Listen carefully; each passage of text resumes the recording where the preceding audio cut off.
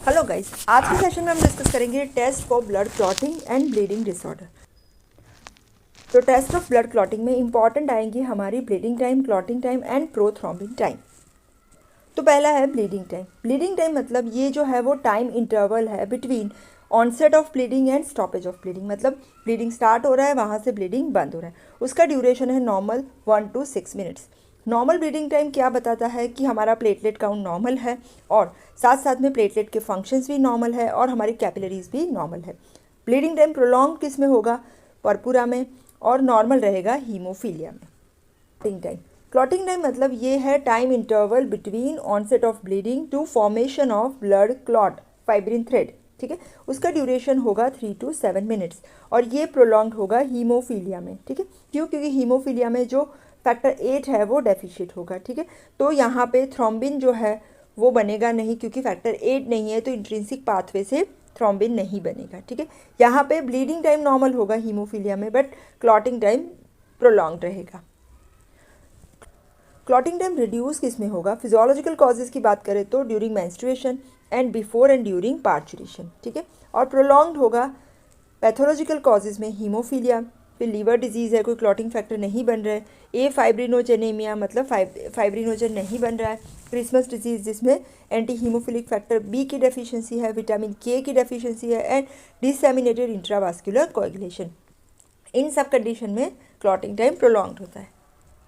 Next है prothrombin time. Prothrombin time में हम क्या करेंगे? हम जो ब्लड सैंपल लेते हैं सबसे पहले जो ऑक्सिलेटेड और साइट्रेटेड प्लाज्मा या ब्लड का सैंपल है, ठीक है, इसके अंदर हम फैक्टर 3 डालेंगे जिसका नाम है टिश्यू थ्रोम्बोप्लास्टिन, और साथ साथ में कैल्शियम क्लोराइड भी डालेंगे। ठीक है, और ये मिक्सचर को हम इनक्यूबेट करेंगे 37 डिग्री सेल्सियस के ऊपर। ठीक है, इससे क्या होगा? इसके बाद हमें देखना है कि कितने सेकेंड में ये जो फ्लूइड प्लाज्मा है इसमें से जेल बन जाएगा। ठीक है, तो इसका नॉर्मल ड्यूरेशन है 11 to 16 सेकेंड। ठीक है, ऐसा क्यों होता है? क्योंकि ये देखो ऑक्सिलेटेड या साइट्रेटेड प्लाज्मा है तो कैल्शियम ऑक्सिलेट उसको चिलेट करेगा। इसके बाद हमारा जो फैक्टर 3 है वो डालेंगे, तो इससे क्या होगा? एक्सट्रिंसिक पाथवे एक्टिवेट होगा और ब्लड कोएगुलेशन होगा। तो एक्सट्रिंसिक पाथवे जैसे हमने बताया कि वो फास्ट होता है, तो ये 11 to 16 सेकेंड्स के अंदर क्लॉटिंग हो जाएगा। ठीक है, हमारा हीमोफीलिया एंड क्रिसमस डिजीज़ में नॉर्मल होगा, लेकिन अगर एक्सट्रिंसिक पाथवे वाले कोई फैक्टर की डेफिशिएंसी है जैसे कि फैक्टर 2, फैक्टर 5, फैक्टर 7, फैक्टर 10, तो इन सब में प्रोलॉन्ग्ड होगा। साथ साथ में अगर कोई पेशेंट है जो एंटीकोएगुलेंट के ऊपर है, लीवर फेलियर है, ठीक है, साथ में विटामिन के डेफिशिएंसी है, एबनॉर्मली लो फाइब्रिनोजन है, तो इन सब में भी ये प्रोलॉन्ग्ड होगा। नेक्स्ट टेस्ट आ रहा है पार्शियल थ्रोम्बोप्लास्टिन टाइम, पीटीटी, या इसे कहते हैं केओलिन सेफेलिन क्लॉटिंग टाइम। इसमें क्या कर रहे हैं? सबसे पहले तो ऑक्सिलेटेड या साइट्रेटेड प्लाज्मा लेंगे, ठीक है, फिर इसके अंदर ऐड करेंगे हम केओलिन। ये क्या कर रहा है? ये सरफेस कांटेक्ट प्रोवाइड करेगा। ठीक है, साथ में ऐड करेंगे सिफेलिन।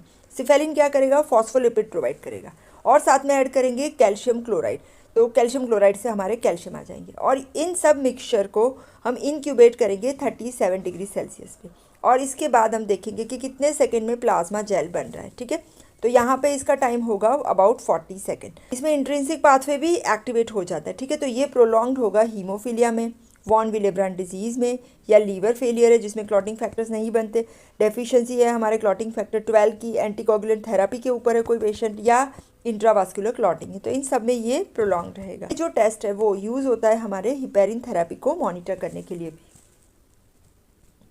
नेक्स्ट आ रहा है थ्रोम्बोप्लास्टिन जनरेशन टेस्ट।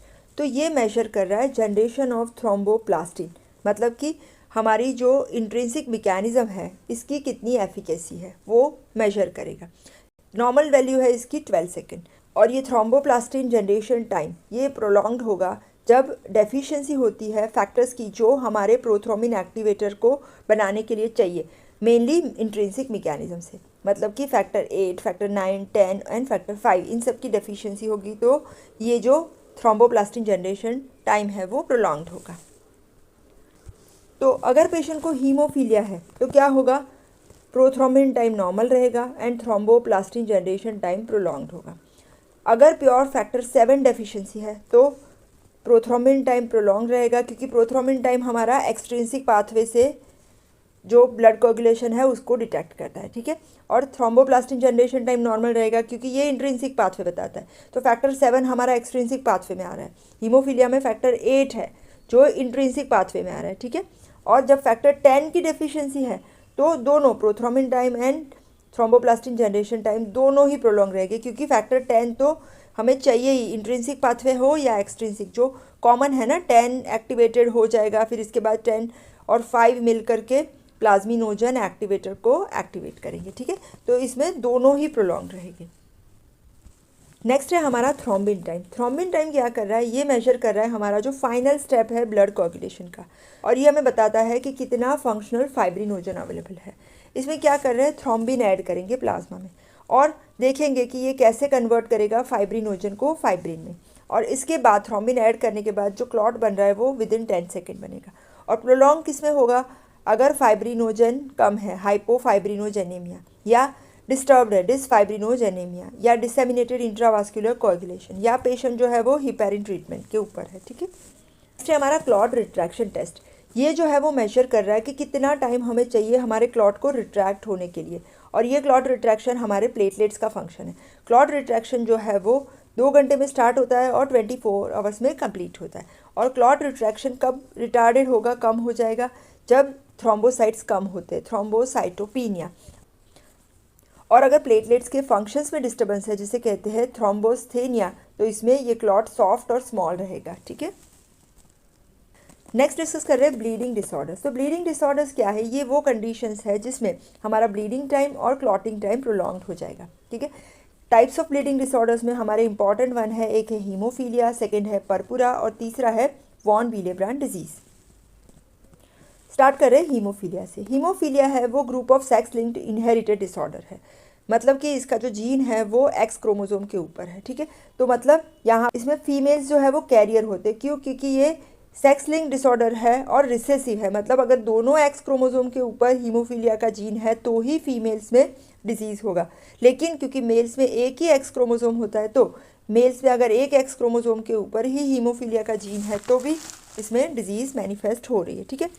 और इसमें क्लिनिकल फीचर्स में थोड़ी सी भी इंजरी हो गई तो बहुत ज़्यादा ब्लीडिंग होगा, और इसमें जो क्लॉटिंग टाइम है वो प्रोलॉन्ग्ड होता है।